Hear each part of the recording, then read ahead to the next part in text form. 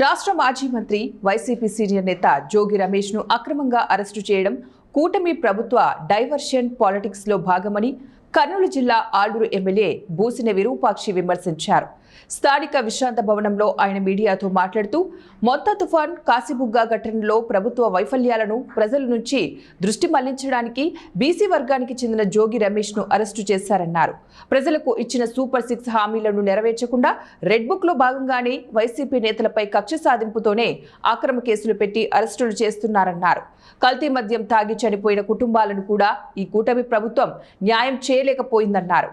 ఆ కేసును ఏమాత్రం పట్టించుకోలేదన్నారు. డిప్యూటీ సీఎం పవన్ కళ్యాణ్ కల్తీ మద్యంపై మాట్లాడకపోవడంపై మతలబ్ ఏంటని ప్రశ్నించారు. ఈ అక్రమ అరెస్టులకు వైసీపీ నేతలు ఎవరు కూడా భయపడేదే లేదని, వెనక్కి తగ్గే ప్రసక్తే లేదన్నారు. రాబోయే రోజుల్లో ప్రజలే కూటమి ప్రభుత్వానికి బుద్ధి చెప్తారని హెచ్చరించారు. డైవర్షన్ చేయాలనే విధంగా ఈరోజు జోగి రమేష్ గారిని అనవసరంగా అన్యాయంగా అరెస్ట్ చేసి, ఎందుకంటే మొన్ననే చూసినాం మిథున్ రెడ్డిని మద్యం కుంభకోణమని ఆయన అరెస్ట్ చేసిరి. ఆ సిట్ ఏమి చేసింది? ఏసీబీ కోర్టులో వాళ్ళు అడిగిన దానికి సమాధానం చెప్పలేక ఆయన్ని, ఎందుకంటే వీళ్ళు అడ్డుకున్నారు, ఈ కూటమి ప్రభుత్వం అడ్డుకోయింది. ఎందుకంటే ఆయన దాదాపు 1 ఇయర్ లోన్ పెట్టిన విధంగా మిథున్ రెడ్డి గారిని అడ్డుకుంటే వాళ్ళతో సాక్ష్యాలు లేవు కాబట్టి ఆయన్ని బెయిల్ ఇచ్చినారు. అలాంటిది ఈరోజు జోగి రమేష్ గారిని అన్యాయంగా అనవసరంగా లోకేష్ గారు చెప్తేనే ఆయన పేరు చెప్పినారు. ఎందుకంటే అది మద్యం కుంభకోణం గడ్డపడినాక మొలకల చెరువు దగ్గర చూసినాం మనము. యావత్ మన ఆంధ్రప్రదేశ్ కాదు, యావత్ మన ఇండియానే చూసింది. ఎవరు ఏం చేసినారు, ఎంత మిషనరీలో ఉంది అక్కడ, ఎంత స్పిరిట్ ఉంది, ఎంత మెటీరియల్ ఉంది అక్కడ. అది మిషనరీ మొత్తం ఒక ఫ్యాక్టరీని తయారు ఫ్యాక్టరీనే మొలకల చెరువు. ఆ ఫ్యాక్టరీ తయారు చేసి మొత్తం ఆంధ్ర అంతా అమ్మి అన్యాయంగా చాలామంది బలిపశు అయి చనిపోతున్నారు. ఈ కూటమి ప్రభుత్వానికి అది తెలియట్లేదు.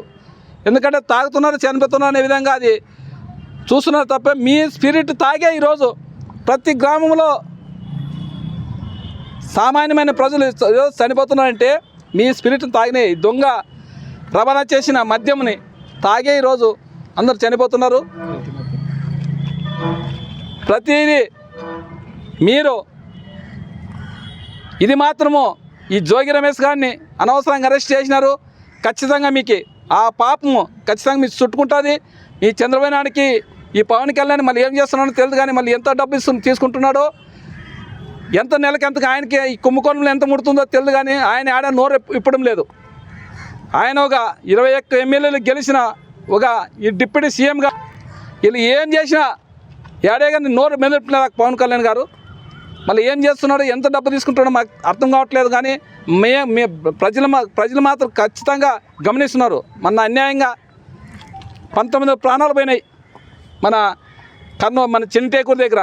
అది తాగే బార్లు అయితే రాత్రి మూలు నడుపుతున్నారు హైవేల మీద.